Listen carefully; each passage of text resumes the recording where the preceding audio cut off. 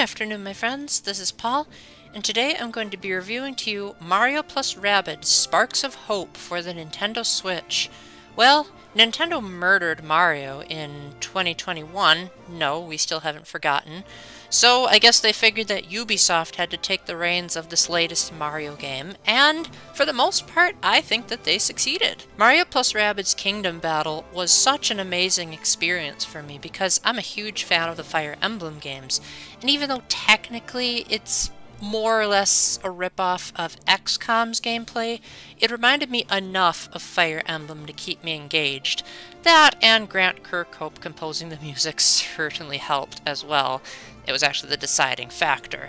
So when I heard that a sequel was announced and that Grant Kirkhope was still going to be working on the music, I was beyond excited. And while it took a little bit of adjusting to get used to some of the new things in this game, I overall think that pretty much everything is a direct improvement over what we had in Kingdom Battle. So just in case you haven't watched my review, I really hope you didn't, because that early review was kind of trash. Mario plus Rabbids is a turn-based game where you choose up to 3, sometimes 4, members of your party, either Mario characters or the Rabbids, which usually take on the form of a Mario character, such as Rabbid Mario and Rabbid Luigi, and you move them along in a preset amount of spaces. Now, the reason why I'm being a bit cryptic here is because in the original Mario plus Rabbids game, you moved along a grid. But one of the biggest new improvements here is that the heroes can move freely in 3D space among whatever amount of room there is. It's really hard to describe, but you'll see for yourself as you look at this footage. It makes for a much smoother experience, and it allows more room for error, because you could say, maybe I don't want to move that way, and then like turn around and go in another direction.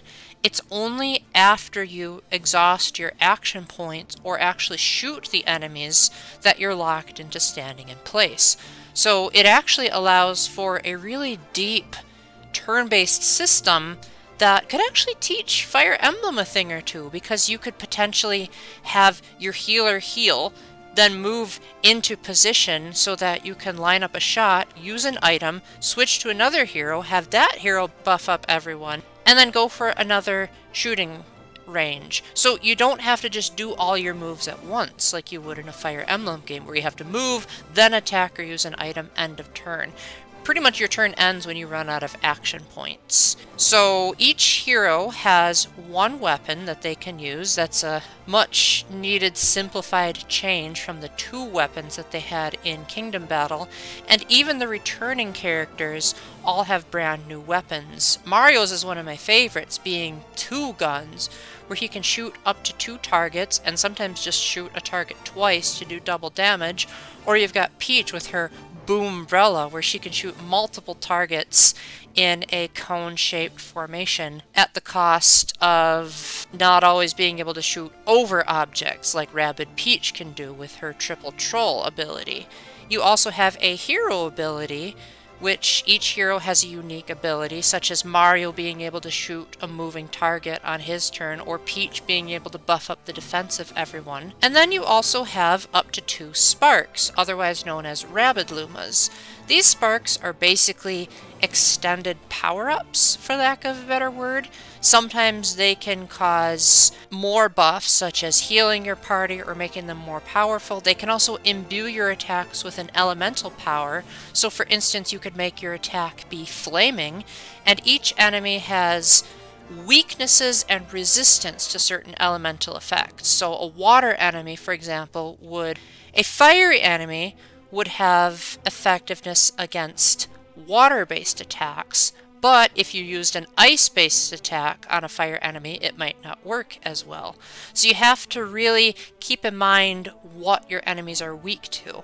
Thankfully, you can press in on the left stick to do the Tacticam, or you can freely move around the battlefield and check each enemy's statistics before you rush into an unbeatable battle. Now, you have several walls and places to take cover so that when the enemies are shooting at you, you can potentially block their attacks, although with enough attacks, sometimes the cover can go down. you actually don't have too complicated of odds to worry about. In the Fire Emblem games, you would often have to think about, say, 75%, 52%, and if that's too complicated for you, this game really simplifies it down to 0%, 50%, and 100%. Basically, no, maybe, and guaranteed is the simplest way of doing it. Usually, the maybe range is if the enemy is hidden by partial cover as opposed to something totally blocking the view. So it really encourages environmental awareness, and you do have full camera control, so it's really easy to tell where the enemies are in proximity to you, and if that's not enough, entering the Tacticam mode will give you a nice overhead view of the battlefield. One thing that's new to this game is that you can use items in addition to the sparks. So if you thought the sparks weren't cool enough of power-ups, then every hero has a collective pool of items. Most of these items are based on the Mario universe, such as a POW block to cause an explosion that damages nearby enemies, or mushrooms to heal your health. Another cool thing is that Mushroom Kingdom enemies now join the battle. In Kingdom Battle, you could only attack Rabbids that were crazy, but now you can attack Goombas and Bob-ombs, and I won't say the last enemy, but there is a neat little surprise near the end.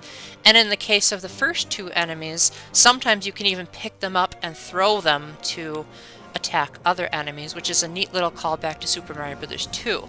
Now, in case you're a little bit tired of all this battle stuff, the game isn't just battle after battle. You also have overworld exploration. Initially, this was a little bit of a problem for me, as I had a hard time telling where my goal was. Thankfully, after the first world, I quickly adjusted, and so it became a non-issue. So let me explain how to quickly get through this so that you don't have the same problem I did.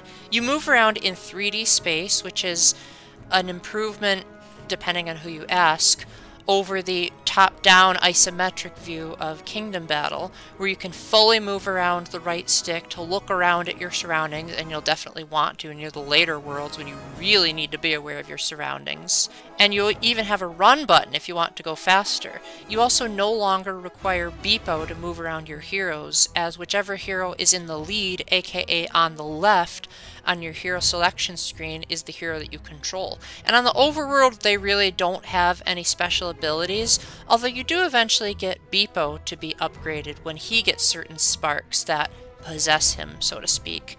So your navigation will have a radar where the triangle range of Beepo will be pointing in the direction you are in proximity to your goal. So if the goal is on the top of the screen, and if Beepo's meter is pointing upward, then that means you're going in the general right direction. Now, obviously, the environments are a lot more simple than that. They're not exactly open world or grand.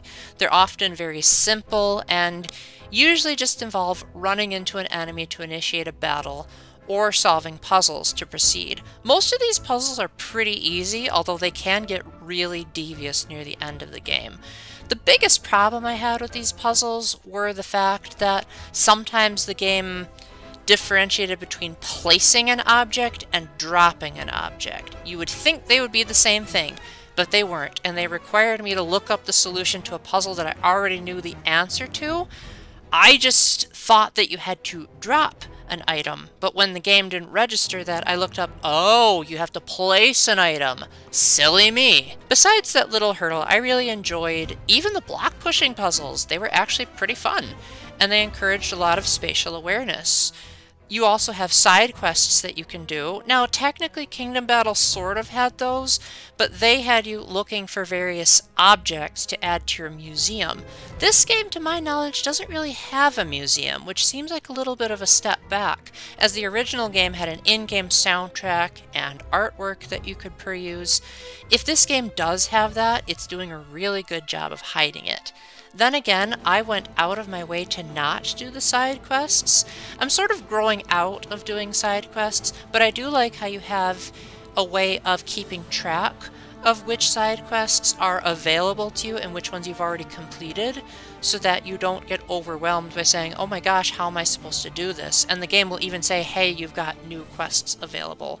And eventually you can fast travel to different flags so that you don't have to keep wandering around aimlessly. Now, one thing that I thought was kind of unfortunate about the exploration were two major setbacks from the original game. The first is, even though I'm happy that there's a dash button, one, it causes you to be in an auto run, which can take a little bit of getting used to. And two, while you're dashing, you can bump into a wall and that will cause your main hero to just stop and be dizzy for a couple of minutes, which doesn't really seem like a thing that modern games should do. Imagine if Mario did that in Super Mario 64. That would just be weird.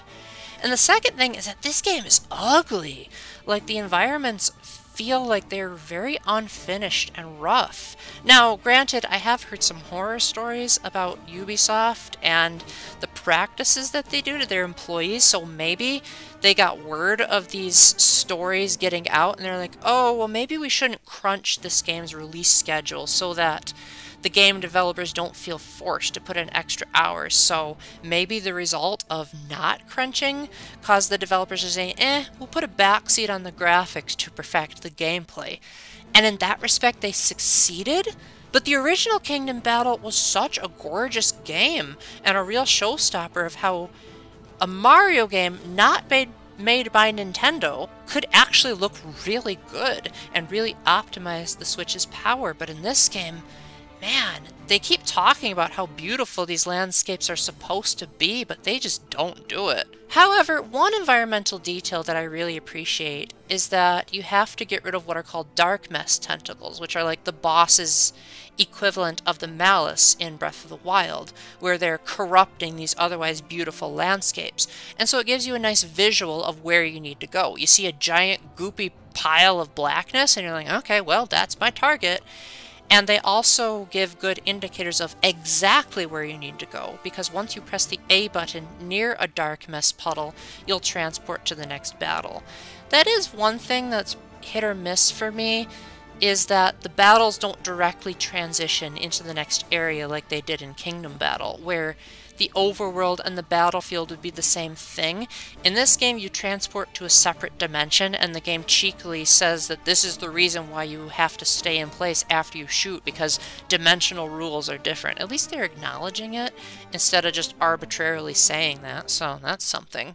I found that the audio presentation was also hit or miss in that game, as some of the characters are fully voiced, but not all of them. Some of them aren't voiced at all. Like, Mario just does his usual wah, whoa, whoa that he always does.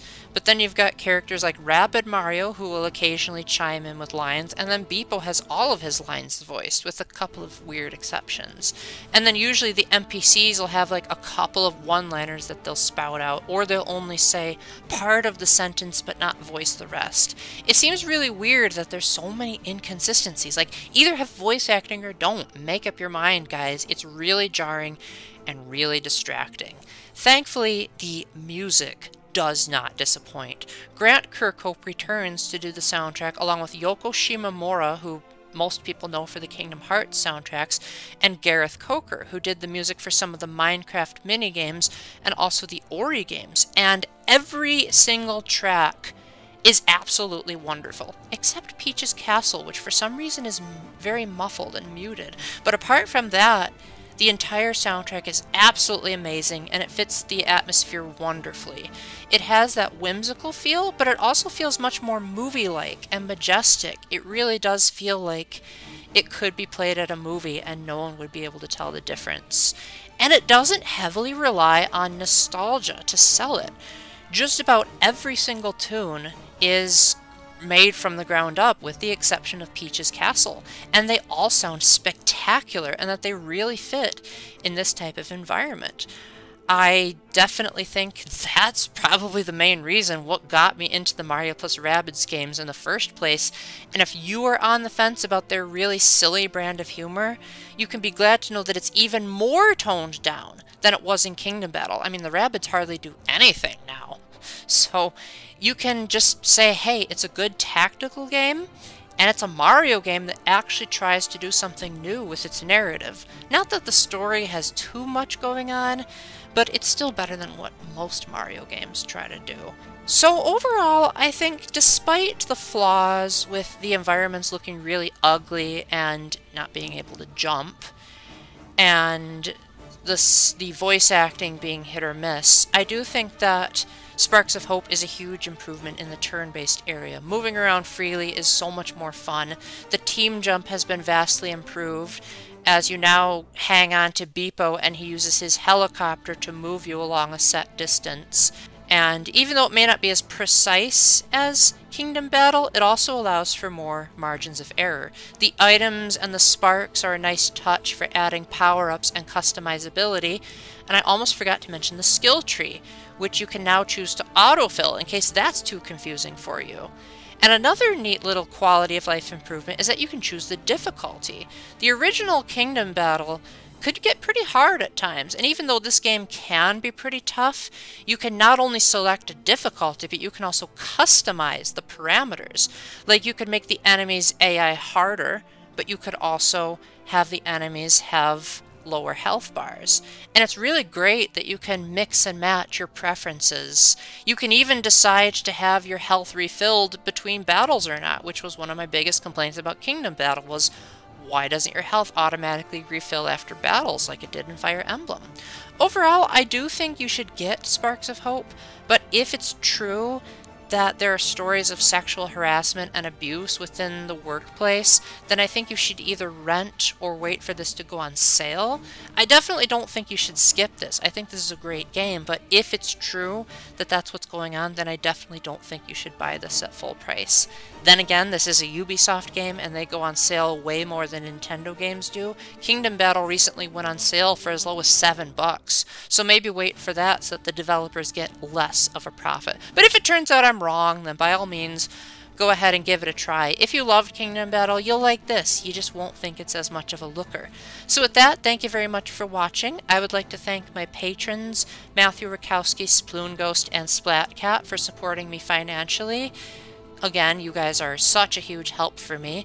And so for the rest of you, if you want to join my Patreon, the link will be in the description. I will also link Arlo's video on his YouTube channel, where he goes more in depth and actually has the sources to back up most of these claims. So hopefully that'll inform your decision of whether or not you actually want to go out and purchase this.